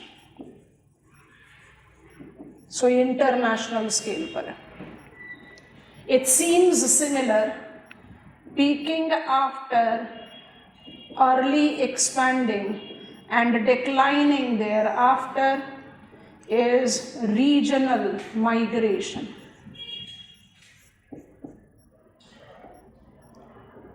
बस इसमें कोशिश ये की गई है कि थोड़ा वॉल्यूम ज़्यादा दिखाएं, इसे थोड़ा सा ज़्यादा टॉल कर दिया। तीसरा लेवल है peaking at early expanding, maintain that peak till late expanding and then starts declining. तो एक प्लाट्यू टाइप डायमेंशन बनाया, इसको बोलते हैं रूरल अर्बन माइग्रेशन। और जो इंटरेस्टिंग डायमेंशन है वो भी आप अग्री कर ही जाओगे as will proceed to settlement geography, एकदम राइजिंग ट्रेंड। कुछ भी पॉपुलेशन चेंज हो रहा है, ये कहीं चेंज नहीं हो रहा। ये है अर्बन 4 स्टेजेस बताए, जिसमें पहला इंटरनेशनल है और बाकी 3 इंट्रा नेशनल है। तो बोलने की तो जरूरत है नहीं कि अभी हम इंट्रा नेशनल पर फोकस नहीं करेंगे, तो हम इन मॉडल्स को रिकॉल कर लेंगे जब हम इंडियन इंटरनल माइग्रेशन पढ़ेंगे। बट जब आप ज़ेलेंस्की का मॉडल कंस्ट्रक्ट करोगे तो आपको ये चारों स्केल दिखाने पड़ेंगे, तो इसलिए साथ में बना लिए। आप पहले इसको बना लो, बनाने के बाद हमें गो अहेड दे दो। ये डायग्राम बनते ही रिलेटिविटी में है, तो आपको रिलेटिविटी में ही बनाने चाहिए, बना के हमें गो अहेड देंगे। इंटरनेशनल और रीजनल सेम ट्रेंड है। स्टेज 2 के बाद पीकअप कर रहा है, उसका डिक्लाइन। रूरल अर्बन अपना पीक को मेंटेन कर रहा है लेट एक्सपैंडिंग के बाद भी, और अर्बन कोई भी डेमोग्राफी चेंज से इन्फ्लुएंस नहीं हो रहा। With every passing time it is only increasing. अब 2 मिनट के लिए पेन ड्रॉप करेंगे, पहले तो कंसेप्ट को कंप्लीट कर लेते हैं, उसके बाद फिर रियल वर्ल्ड में जाते हैं जिसमें हमें इंटरनेशनल को पिकअप करना है। आप सब लोग थोड़ी देर के लिए डायग्राम को देखते रहेंगे, जो हम बोल रहे हैं उसको सुनेंगे, फिर चाहोगे तो हम पॉइंटर्स लिख देंगे, हम डिक्टेट करा देंगे, वो आप कॉपी डाउन कर लेना। ध्यान से सुनेंगे सब लोग। ये चारों लेवल पर, माने Zelinsky attempted, all of you drop your pen and please concentrate. Diagram आपके रजिस्टर्स में भी है, आप उधर देखिए या बोर्ड पर देखिए, जो कन्वीनियंट है। ज़ेलेंस्की को हमने क्रेडिट दिया of integrating mobility to demographic transition model. इसको mobility transition इसलिए बोल रहे हैं ज़ेलेंस्की कि उनका कहना है कि at multiple scales when we try to see migratory movement, जैसे fertility, mortality और total population time के साथ change होता है, वैसे ही mobility भी change होती है। चारों मॉडल में आप नोटिस कर रहे हो कि माइग्रेटरी मूवमेंट्स जो हैं स्टेज 1 के बाद बहुत वीक है, चारों में कॉमन है, तो ये तो कॉमन स्टेटमेंट लिखा जा सकता है। वो क्या है? High expanding stage is characterise, high stationary stage is characterized with lower life expectancy, place of birth और डेथ सेम ही रहेगा, कल्चरल इकोनॉमिक बैकवर्ड टाइम्स है जहां availability of knowledge to the places other than your place of birth, और capacity और link to reach up that place बहुत कम है। मतलब आपको पता ही नहीं कि आपके प्लेस ऑफ ओरिजिन के बियॉन्ड भी कोई प्लेस है जहां आप जाके काम कर सकते हो, और अगर आपको पता है तो आपके पास पैसे नहीं है या कनेक्टिविटी नहीं है वहां जाने के लिए। सो हाई स्टेशनरी फेज वो कल्चरल पास्ट को डिनोट करता है, नंबर 1 जहां सरप्लस पॉपुलेशन है नहीं, लाइफ एक्सपेक्टेंसी बहुत छोटी है, place of birth and death same है, people are hardly moving out of their places, इसलिए मुझे माइग्रेटरी ट्रेंड बहुत वीक दिखता है। चारों में दिखाई दे रहा है तो इसको एक साथ करके साइड में हटा दिया। जैसे पॉपुलेशन बढ़ना शुरू होता है, माइग्रेटरी मूवमेंट्स बढ़नी शुरू हो जाती है। क्यों? क्योंकि पॉपुलेशन बढ़ना is equal to you have generated medical conditions, life expectancy बढ़ा दी, you are on economic advancement जहां आपको पता है कि place are there beyond your place of birth, you know how to go there. तो पॉपुलेशन का बढ़ना एंड इकोनॉमिक एडवांसमेंट मुझे माइग्रेशन को एनहांस करता हुआ दिखाई देता है।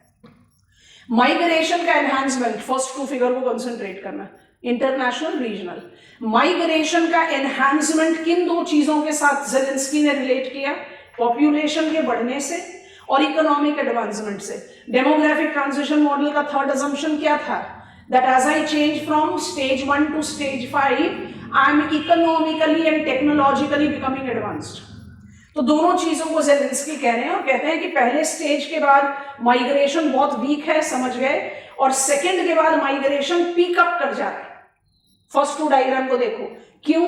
2 रीजंस आप एसोसिएट करें, एक पॉपुलेशन बढ़ा, दूसरा इकोनॉमिक एडवांसमेंट हुआ। इकोनॉमिक एडवांसमेंट सब चीजों के साथ, ट्रांसपोर्ट लिंक बेटर है, कम्युनिकेशन लिंक बेटर है, आपकी कैपेसिटी है कि आप मूव कर पाओ, anything.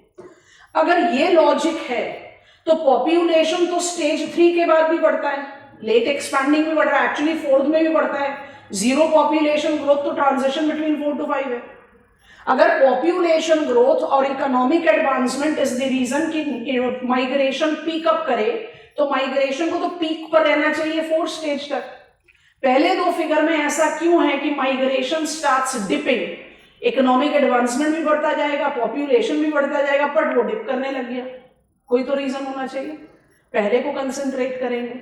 Because with economic advancement, with technological advancement, with growth of the population, there is also demarcated political boundaries on the map of world, where it is no longer the decision for you, मुझे migrate करके USA जाना है, आपकी मर्जी नहीं चलेगी, you have to satisfy immigration norms। International migration क्यों dip कर गया? After peeking up post early expanding. बढ़ने दो पॉपुलेशन को, बढ़ने दो इकोनॉमिक डेवलपमेंट को, बढ़ने दो कैपेसिटी टू मूव, क्योंकि आपको कल्चरल एडवांसमेंट के साथ इमिग्रेशन नॉर्म्स को सेटिस्फाई करना पड़ेगा। अगर वो नहीं कर पाओगे तो माइग्रेशन नहीं होगा। इसलिए जिस रीजन से आपने पीक अटेन किया, वो रीजन रेगुलेट नहीं करता immigration, strict immigration laws and migration at international level starts dipping. पहला आउट हो गया। रीजनल तो इंटरनेशनल है, इंटरनेशनल में तो कोई वीजा नॉर्म्स होते नहीं, तो ये क्यों डिप कर रहा है? इसका भी तो ट्रेंड वैसे ही दिखाई दे रहा है। ये क्यों डिप कर रहा है?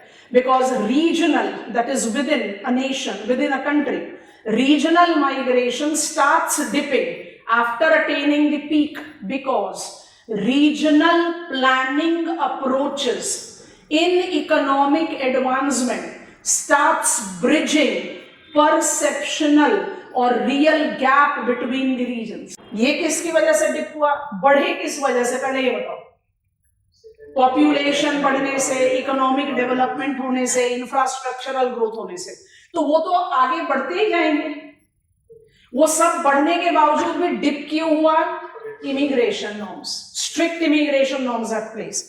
डिप क्यों हुआ? रीजनल प्लानिंग के सक्सेसफुल इंप्लीमेंटेशन से, जिससे ब्रिज बिटवीन परसेप्शनल गैप है चाहे रियल गैप है, रीजन्स के बीच में जो गैप है उसको आप कहीं कहीं फिल करते हो। अब आ जाओ तीसरे पर, रूरल अर्बन माइग्रेशन क्यों इतने लंबे समय तक अपना पीक बनाकर रखता है?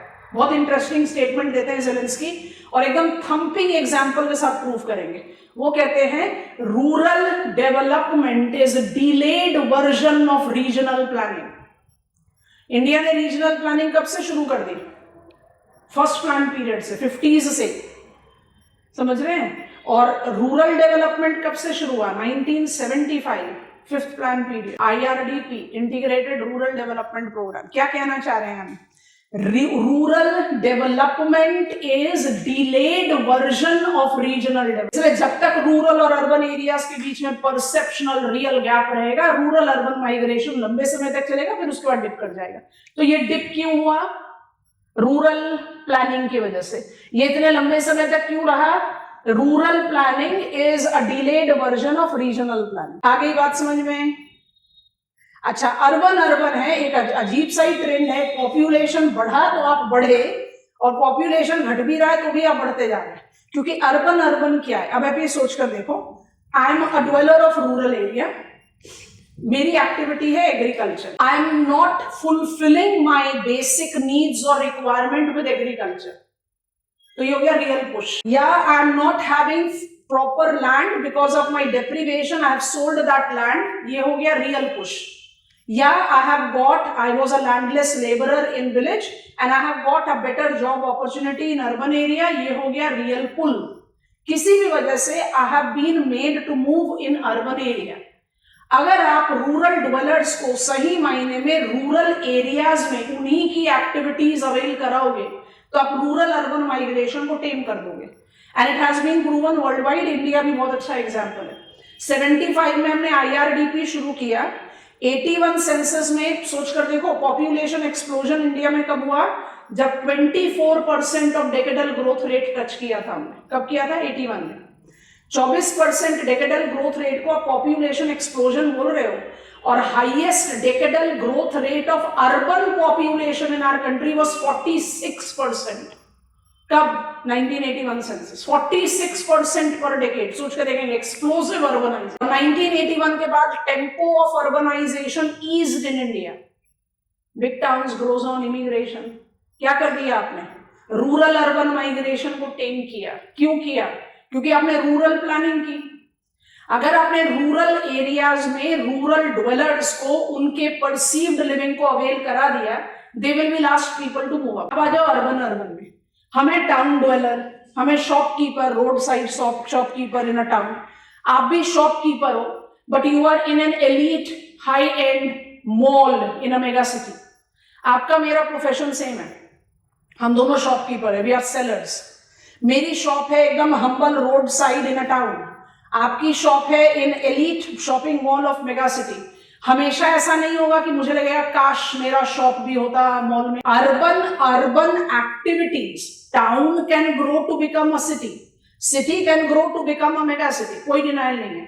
बट टाउन, सिटी और मेगा सिटी सेम फंक्शन पर एंगेज है, फंक्शनल की लेवल्स डिफरेंट। टाउन में प्राइमरी हेल्थ सेंटर है, मेगा टाउन में हॉस्पिटल्स में प्राइमरी हेल्थ सेंटर्स भी है, ओपन हार्ट सर्जरी भी है। तो वो फंक्शनल स्पेशलाइजेशन होता जाता है, that gives you the higher hierarchy. Function same है, स्पेशलाइजेशन बढ़ रहा है, रेम्यूनरेशन बढ़ रहा है, तो ऑटोमेटिकली टाउन ड्वेलर्स तो हमेशा अट्रैक्टिव रहेंगे टुवर्ड्स सिटी, मेगा सिटी। तो ये एवर राइजिंग ट्रेंड क्यों है? क्योंकि urban functions in multiple urban hierarchy, अभी के लिए 3 ही, mega city, city, town. Urban functions in multiple urban hierarchy is same. Only the levels of specialization and economic remuneration goes on increasing. and that is the reason, irrespective of population change, higher ranking urban places will always remain attractive for lower ranking urban dwellers. कितना convincing argument है. Delay मतलब आप इसमें किसी चीज को decline out कर ही नहीं सकते. हमें इसमें से कौन सा पकड़ना है, ये, क्योंकि अभी हम मैप ऑफ वर्ल्ड में हैं. इनको हम जज करेंगे, रादर इसके साथ और ऐड करके जज करेंगे इन मैप ऑफ इंडिया. तो पहले जो इंपॉर्टेंट पॉइंटर्स हैं उसको जस्टिफाई कर लेते हैं. What is common for all of them, इसी को श्रिंक कर दे रहे हैं यहाँ पर, सारे की पॉइंटर्स लिख दे रहे हैं. आप उसको फटाफट से कॉपी डाउन कर लेंगे. जो कॉमन है उसको पहले साथ में लिख दे रहे हैं. What is common for all these 4 scales, migration movements peaks after second stage as population, economic development and transportation links increases. This is common. International migration dips, इधर लिख देते हैं, डायग्राम में मिसअप नहीं करते, यहाँ लिख दे रहे हैं. International migration dips after second stage due to strict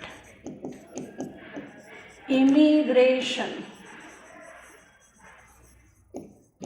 norms. काम खत्म. रीजनल माइग्रेशन, अब यहां लिख रहे हैं, regional migration dips after stage 2 due to regional planning,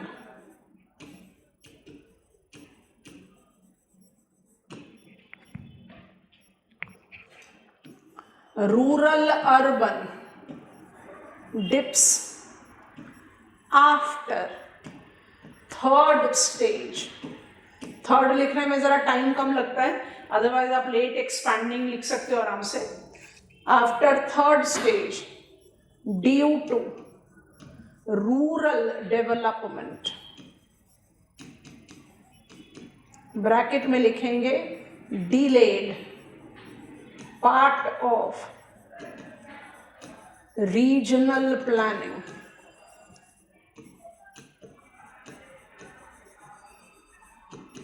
और दोनों को कंबाइन करके लिख दो. दोनों ही केस में हो क्या रहा है, प्लानिंग से हो क्या रहा है, दोनों ही केस में प्लानिंग से क्या हो रहा है, सक्सेसफुल ब्रिजिंग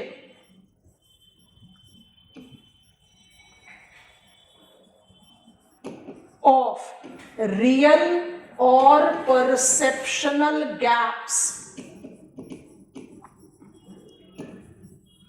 अब वो गैप्स बिटवीन द रीजन्स हैं या वो gap between rural and urban area.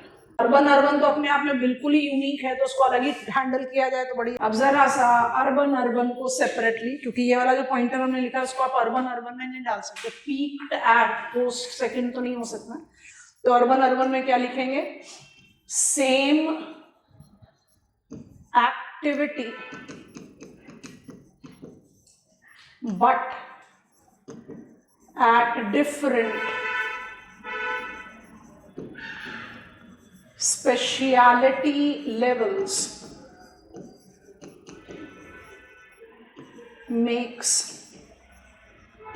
urban migration always rise. Town dwellers will always be attracted to city. City dwellers will always be attracted to mega city. क्योंकि आपका function तो same ही है, functional specialisation बढ़ता जा रहा है. तो attractiveness real भी हो सकती है, परसेप्शनल भी हो सकती है, but it will always lead to. Remind yourself class quickly, how many theories of migration we take into consideration? 5, 3 depending on what is the question. तो पहला है रेवेस्टीन लॉज ऑफ माइग्रेशन, दूसरा है Zipf inverse distance law, Stouffer intervening opportunity, Everett Lee model on migration, Zelinsky mobility transition model. Zipf और Stouffer को इतना ज्यादा prominence क्यों नहीं देते? क्योंकि एक्चुअली दोनों के model one of the laws of Ravenstein है। आपने रेवेस्टीन कर लिया तो जिफ भी हो गया और स्टॉफर भी हो गया, तो डिसाइड करना क्वेश्चन किस तरीके का है, उस हिसाब से whether I should mention Zip or Stoffer या I can do up with the three। ये वाला पिकअप कर रहे हैं इंटरनेशनल, ठीक है। अब इसको क्या जज कर रहे हैं ध्यान से देखना। हम हेडिंग बनाएंगे कॉजेस कॉन्सिक्वेंसेस, नहीं, हम हेडिंग बनाएंगे ट्रेंड्स एंड पैटर्न, जिसमें कॉन्सिक्वेंसेस एंड कॉजेस अपने आप जस्टिफाई हो जाएंगे, ठीक। अब ध्यान से सुनना, हम फ्लो चार्ट क्रिएट कर रहे हैं, बड़ा फ्लो चार्ट है, हमारे साथ साथ उसको कॉपी डाउन करो, उसके बेसिस पर what are the causes, what are the consequences, what are the trend, what are the patterns, सब कुछ समझ में आएगा माइग्रेशन का, ठीक है। तो we are taking global migratory movements,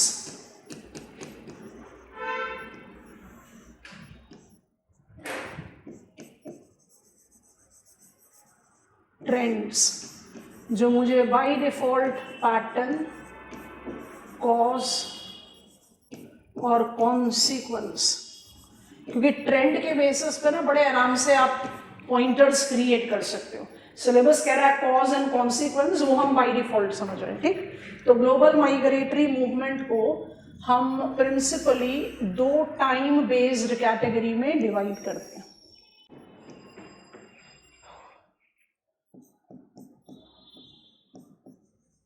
historical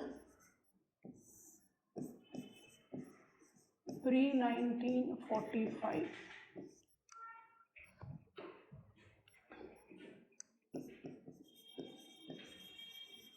modern post 1945,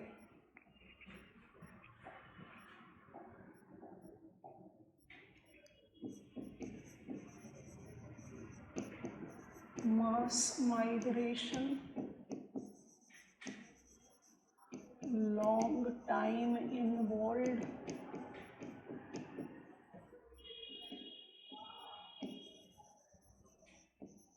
elaborate consequences,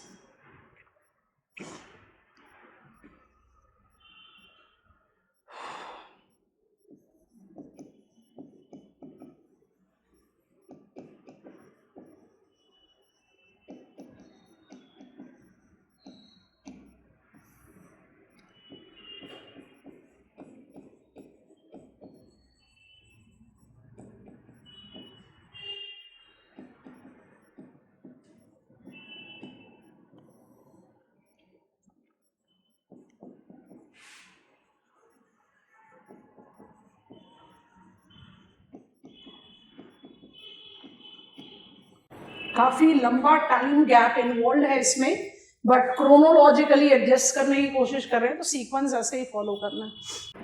modern का फ्लो चार्ट अलग से बनाना पड़ेगा तो अलग से बनाएंगे, पहले हिस्टोरिकल को कवर अप कर रहे हैं। कुछ मदद कर सकते हो? एंशियंट मास माइग्रेशन लिखा है, 2 मिनट के लिए रुकना।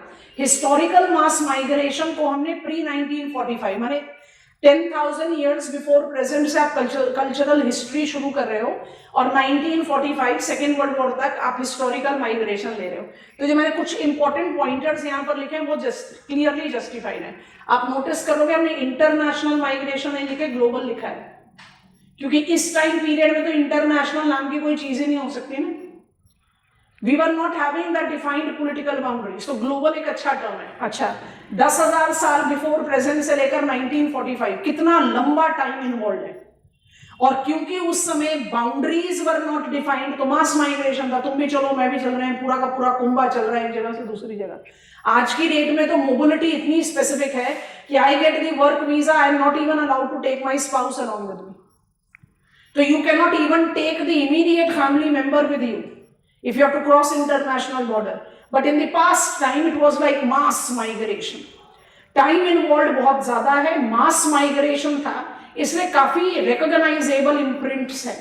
तो आपको जब कॉन्सिक्वेंसेस ऑफ माइग्रेशन लिखना है तो उसको आप बाय डिफॉल्ट एसोसिएट करेंगे विद हिस्टोरिकल, ज्यादा कन्विंसिंग कॉन्सिक्वेंसेस। एंशिएंट किसके साथ रिलेट कर रहे हो? Migrated from the place of origin which is Central Asia, which is Africa, as regulated by anthropologists, human geographers, to different places that were habitable. With that migration, they adapted to different conditions, generating, बहुत important, what is consequence? Racial diversity. How many types of races we identify on the map of world? 3 तो at least.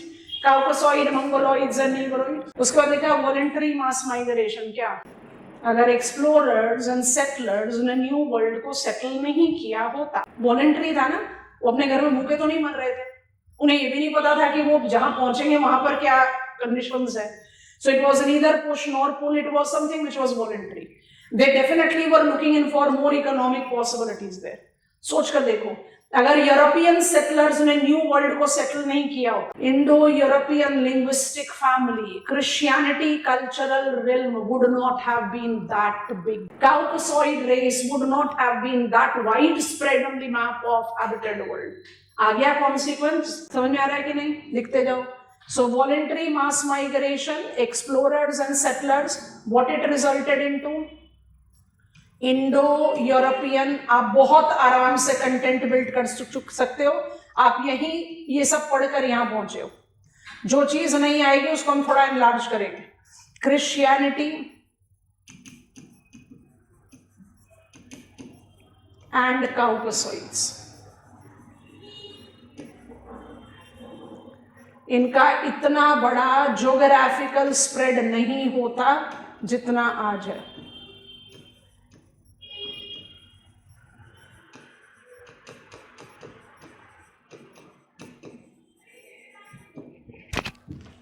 आ गया? Voluntary है, जो voluntary है या जो ancient migration है, अगर बहुत ज्यादा स्ट्रेच पुल करोगे दोनों का, किसमें, चलो ये बाद में काम करते हैं, पहले इसको क्रिएट आउट करें, ये वाला काम बाद में करेंगे। पहले बताओ कन्विंस हो रहे हो कि नहीं? जो एग्जांपल्स हम हिस्टोरिकल में तो खैर कोई चॉइस नहीं है, मॉडर्न में आएंगे तो बड़े सारे चॉइसेस हो जाएंगे। जो हम कह रहे हैं उसके अलावा आप एग्जाम्पल लिख सकते हो, लेकिन जो हम एग्जाम्पल बता रहे हैं वो हम इंसिस्ट कर रहे हैं कि वो अच्छे एग्जाम्पल्स हैं, हमारा पॉइंट को बहुत क्लियरली जस्टिफाई करते हैं, तो उसको आपको रखना चाहिए, बाकी आप और ऐड कर सकते। चलो, फोर्स्ड माइग्रेशन कैटेगरी 1 को डील कर रहे हैं। इसमें नंबर 1 हो गया, नंबर 2 समझ में आ गया। अब 3 और 4 को पिकअप करना है। तो पहले 3 बता दो, मॉडर्न का फ्लो चार्ट अलग से बना देंगे, ठीक है? 3 बताओ।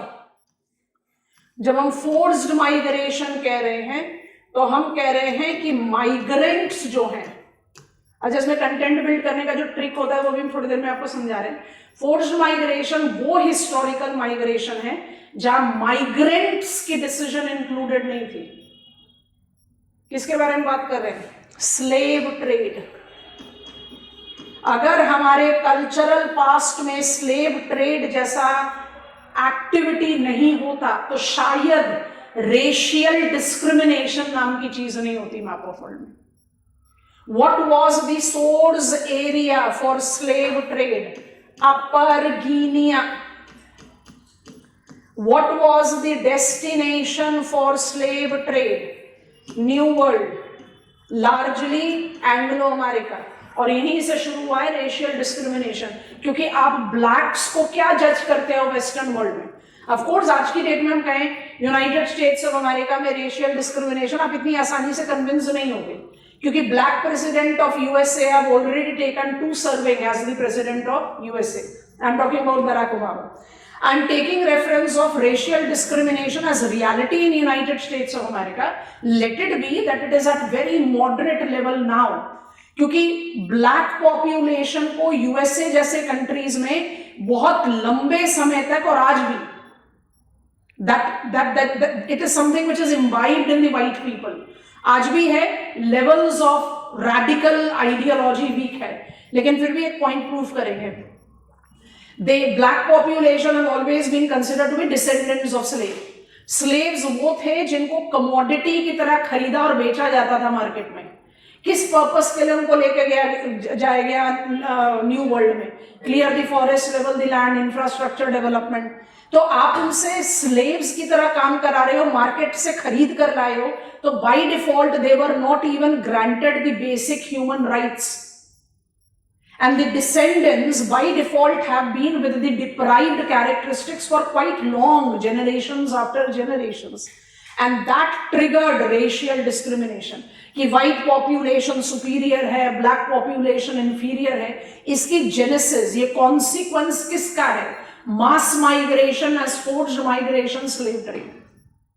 There is no exaggeration, class. I do understand that in the present contemporary terms racial discrimination कहना भी अपने आप में बहुत पैथेटिक एक्सप्रेशन है, it's not been given recognition, but इसकी रियलिटी सिर्फ इस बात से समझ में आ सकती है that I am talking about country like United States of America. इस कंट्री में जो ब्लैक डोमिनेंट स्टेट्स हैं, एरिजोना, न्यू मैक्सिको, उसको आप कंपेयर करके देख लो, to some extent Texas. Texas इतना मेजर एग्जाम्पल नहीं होता because there are some mega cities, one बड़ी popular Houston, which are commercially sound, so Texas को हटा देते हैं। Arizona, New Mexico southern states हैं यूनाइटेड स्टेट्स ऑफ अमेरिका के, दोनों खरीदे गए थे मैक्सिको से, ब्लैक डोमिनेंट स्टेट्स हैं। इनका economic levels of development any day is weaker than the states like north east में, यूएसए में चले जाओ, you have got Vermont, you have got New York, you have got Philadelphia, you have got Massachusetts, Rhode Island, Connecticut. These states are any day much more affluent compared to Mexico, New Mexico and Arizona. क्यों? Racial discrimination. So consequence is racial discrimination. Cause is forced. Source area is Upper Guinea. Destination is a new world. अब उसी context में इसको सोचो, what was the source area for ancient? Migration लिख रहे हो तो content build करने में ये वाला logic अपना सकते हो। कौन सा source area होगा ancient migration? Central Asia, Africa. कौन सा डेस्टिनेशन होगा? The habited world. आउटकम क्या हुआ? लिख दिया। वॉलेंट्री मास माइग्रेशन का सोर्स एरिया क्या है? यूरोप। डेस्टिनेशन क्या है? New world. आराम से कंटेंट बिल्ड हो सकता है। What is the cause? अच्छा, एंशियंट को थोड़ी देर के लिए हटा देते हैं। वॉलेंट्री माइग्रेशन किस ब्रैकेट में डालोगे? क्या कॉज है इस माइग्रेशन का? इकोनॉमिक। स्लेव ट्रेड किस कैटेगरी में डालोगे? Economic. Main cause of migration is economic. समझ में आ रहा है? अच्छा, ये इकोनॉमिक मास माइग्रेशन कैटेगरी बना दिया। ये आउटकम है ड्यूरिंग कलोनियल रेजिम। तो हम थोड़ा सा टाइम फ्रेम में इसको अरेंज कर रहे हैं। तो जब कलोनियल रेजिम में ये मास माइग्रेशन हुए इकोनॉमिक, इसमें आप कुछ कुछ इंपॉर्टेंट डोमेन को जस्टिफाई कर सकते हो। कैसे जस्टिफाई करेंगे? बहुत अच्छा एग्जांपल है। Tropical and equatorial regions were induced with plantation agriculture. Plantation, traditional plantation agriculture की बात कर रहे हैं। तो जब प्लांटेशन एग्रीकल्चर कलोनियल सेटलर्स ने शुरू किया, कहाँ किया? ट्रॉपिकल और इक्वेटोरियल, लार्जली आइलैंड्स में। फिजी में महोगनी, फिजी पहुंच गए। नॉन ट्रेडिशनल प्लांटेशन का एग्जांपल है sugar cane in Cuba. Traditional plantation का एग्जांपल है, नाम लिख दे रहे हैं अभी, Pemba, Zanzibar and Mafia islands Tanzania में है, इंडियन ओशन रीजन में। मलेशिया में rubber plantation, to name some. अगर हम इन एग्जांपल्स को पिकअप करें एज इकोनॉमिक मास माइग्रेशन, तो भाई कॉलोनियल सेटलर्स को क्या सूझी कि वो प्लांटेशन एग्रीकल्चर करें? Identified the high probability of the prevailing agroclimatic conditions in the tropical and equatorial region. सुनो थोड़ी देर, उसका लिख लेना, हम नाम भी लिख दे रहे हैं लोकेशंस का। Identifying strong possibility of commercial agriculture in the acidic oxyzone agroclimatic conditions in the humid tropical location. Plantation agriculture की शुरुआत तो कर दी कॉलोनियल सेटलर्स ने, बट रियलाइज किया कि यहाँ की कंडीशंस बहुत ऑपरेसिव है। European people can not live there to perform that task. So that triggered कि भाई जो आपके मेन लैंड के कॉलोनियल पीपल है उनको पुश करो कि जाओ वहां और काम करो। तो आज अगर मुझे मलेशिया में sizeable population south Indian origin के दिखते हैं, तो किस वजह से वहां गए? You have got extreme elite reference of South Indian architectural temples in Malaysia. Malaysia is an Islamic state. क्यों है वहां पर? It is the consequence of mass agricultural migration. Mahogany में पीपल ऑफ इंडियन डिसेंडेंट्स क्यों है? Mahogany plantation. Cuba में why we have population coming up from the mainland, Colombia, Venezuela, French Guinea से Cuba में शुगर केन प्लांटेशन, या sugar cane plantation till very recent time Cuba को आपने designation दिया हुआ था sugar bowl of the world. Mahogany को world में रिकॉग्नाइज किया जाता है, फिजी को महोगनी के एक्सट्रैक्शन के लिए। तो ये इकोनॉमिक टैग कहां से आया? Malaysia for rubber, Tanzania for spices, ये इकोनॉमिक टैग यहीं से आया। तो ये भी तो कॉन्सिक्वेंस है। और माइग्रेशन के साथ आप एसोसिएट कर रहे हो तो we have got people of mainland origin having their descendants identified. So cultural mix को एसोसिएट किया। तो दोनों चीजों को लिख सकते हैं। एक्चुअली इसमें आप एक और चीज ऐड कर सकते हो, हम सारे पॉइंटर्स लिख रहे हैं। कॉलोनियल रेजीम के एक बैकवर्ड लिंक में चले जाओ मास माइग्रेशन में, इकोनॉमिक में, तो आप कहोगे इंडस्ट्रियल रेवोल्यूशन, राइट? आप इस तरह से इसको भी क्रिएट आउट कर सकते हो। तो इसको ए ले लो क्योंकि ये टाइम में थोड़ा पीछे जाएगा। इंडस्ट्रियल रेवोल्यूशन कहां ट्रिगर हुआ था? फर्स्ट 1.0, आज हम कहते हैं ना 4.0, यूनाइटेड किंगडम, ब्रिटेन। तो आप वेस्टर्न यूरोप को बना दो डेस्टिनेशन, जो लार्जली रहा source area for all major migration, क्योंकि यहां पर ट्रिगर हुआ इंडस्ट्रियल रेवोल्यूशन।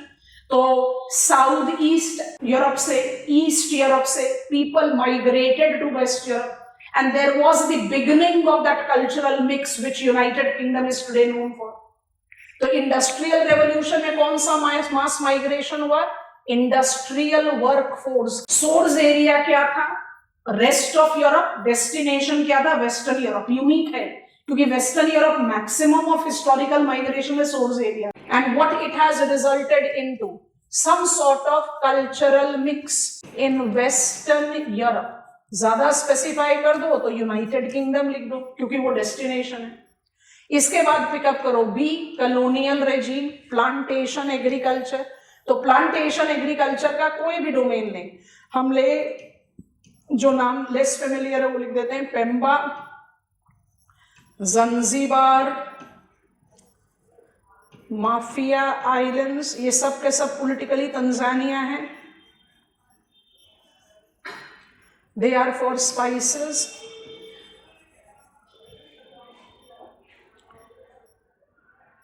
अभी लिख रहे हैं spices.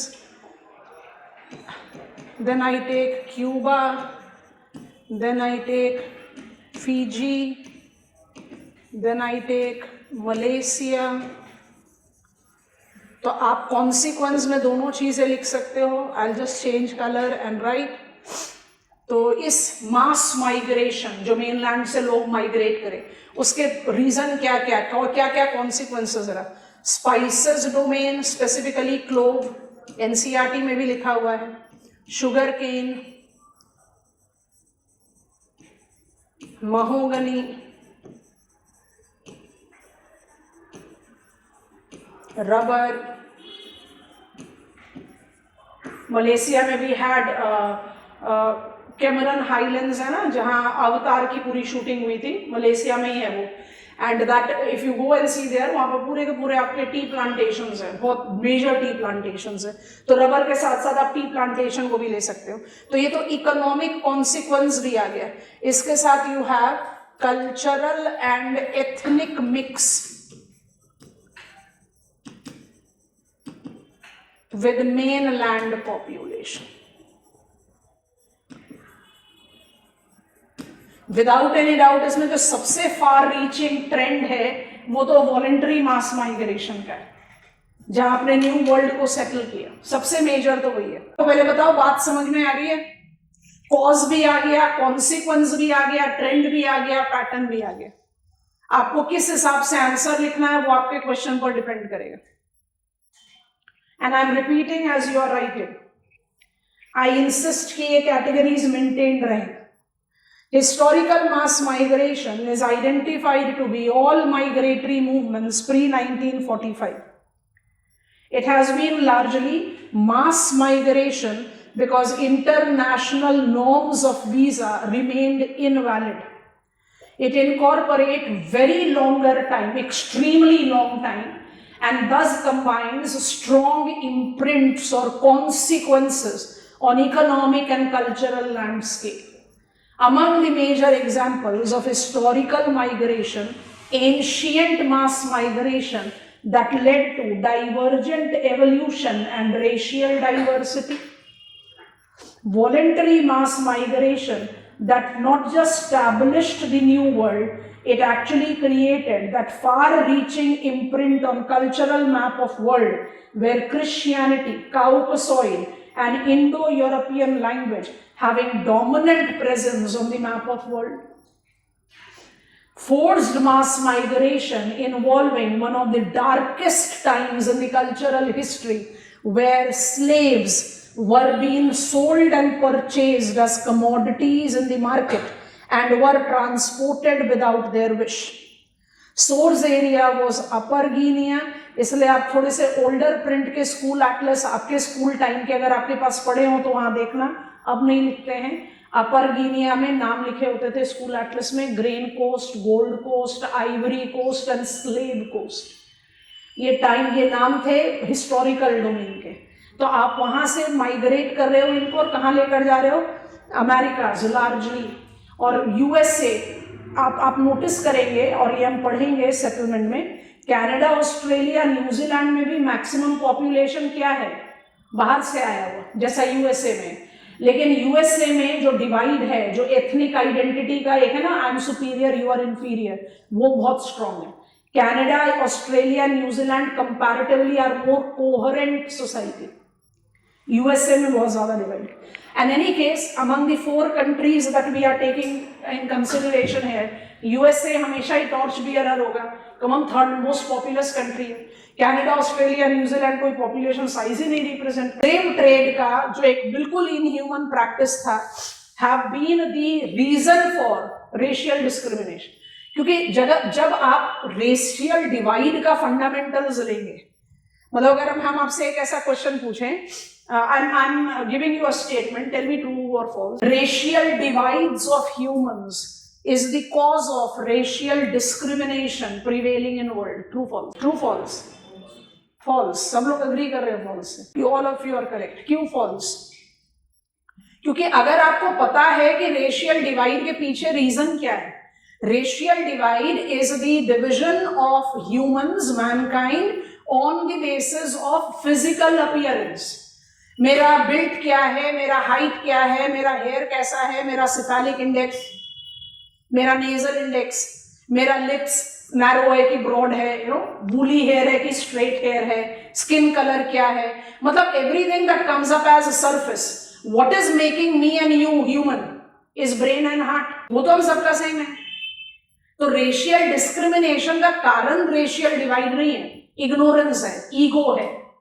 और यहां पर ईगो का जो एक नर्चरिंग ग्राउंड रहा वो रहा स्लेव ट्रेड। और जब इकोनॉमिक मास माइग्रेशन, जो ऑफिशियल इकोनॉमिक मास माइग्रेशन है, उसको इंडस्ट्रियल रेवोल्यूशन से ट्रिगर करो, तो इंडस्ट्रियल रेवोल्यूशन से मेजर नहीं था, पर फिर भी इंडस्ट्रियल रेवोल्यूशन से ट्रिगर करने से क्या हुआ, जो major part of cultural history में सोर्स एरिया ऑफ माइग्रेशन रहा, वो डेस्टिनेशन बनाया। और यहीं से शुरुआत होती है यूनाइटेड किंगडम जैसे कंट्रीज की कल्चरल डाइवर्सिटी को इम्बाइब। आज कोई भी वेस्टर्न कंट्रीज में आप चले जाओ, आप यूके में चले जाइए, आप कंट्रीज लाइक इटली में रहिए, या आप यूनाइटेड स्टेट्स ऑफ अमेरिका में जाओ, आप कनाडा में जाओ, you surely will find in every mega city, you will surely be finding what is called immigrant population का colonies. And this by default is correlated with the fact that they have been attracting people from the outside world. उनके जो native dwellers हैं वो आज minority हैं। Come on, Red Indians, Eskimos, Aborigines, Bindibu. Historical mass migration, long time involved, elaborate consequences. अब हमारे modern पर flow chart को कंस्ट्रक्ट कर रहे हैं, अलग साइड स्लाइड पर, फटाफट हमारे साथ कॉपी करना। Part 2 of the flow chart, modern आया पोस्ट 19, इसको सब डिवाइड कर दो 2 पार्ट में, एक को करो ट्रांजिशनल फेज और एक को करो कंटेम्पररी फेज।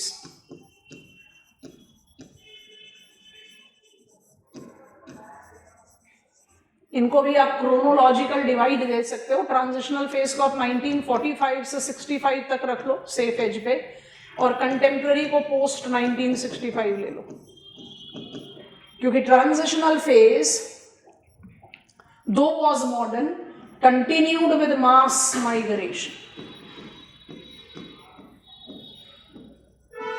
तो ये आपका कैटेगरी नंबर 2 हुआ, उसका पार्ट 1 है और ये पार्ट 2 है। अब उसके डिविजन्स बना रहे, बताओ 1945 से 65 के बीच में मास माइग्रेशन क्यों होगा? Retreat of colonial settlers, why colonial regime came to an end, उसका कॉन्सिक्वेंस क्या हुआ? New independent countries, evolving new political map of world, at least in Latin America, Africa, Asia. समझ में आया? चलो, retreat of colonial settlers, it led to what? It was because of end of colonial regime, which by default resulted into evolving new independent countries। एक political consequence दिखाई दिया। और कौन से? तीनों कॉन्टिनेंट, 3 डेवलपिंग कॉन्टिनेंट में आप अप्लाई कर दो। कंटेंट आप डिटेल कर सकते हो एज पर रिक्वायरमेंट। दूसरा बताइए जल्दी से। एंड ऑफ कॉलोनियल रेजिम तो हो गया, मास माइग्रेशन है, जितने कॉलोनियल सेटलर थे उन सबको जाना पड़ा, कुछ कुछ पीछे पीछे रुक गए, that is a different thing. Categories बनाई माइग्रेशन के, ancient, voluntary, slave, economic, industrial revolution और कॉलोनियल रेजिम। सबको लगभग आप इकोनॉमिक में डाल सकते हो, यस और नो। कंटेम्प्रेरी में आए पोस्ट 1965 इकोनॉमिक ही चला, बस बीच में कौन कौन से गैप होंगे जो इकोनॉमिक नहीं रहेंगे? End of colonial regime, territorial allocation and real push factor. तो main cause of migration is economic. उसको प्रूव करने के लिए आप कुछ सैंपल केसेस ले दो। अगर एग्जामिनर कहता है you have to write about consequences of migration, तो कॉन्सिक्वेंस तो बहुत है, कल्चरल आइडेंटिटी से लेकर जियोपॉलिटिकल वल्नरेबिलिटी, आपके पास सारी इन्फो। बल्कि topics like migration is attend. I hope we have understood it well. एक बार बहुत sincere, thorough reading लेना of the pointers that you have created. I'll be talking about population as social capital and quality of life with well-being. मेरे ख्याल से एक session में आराम से हो जाएगा। चलिए, bye bye, good night.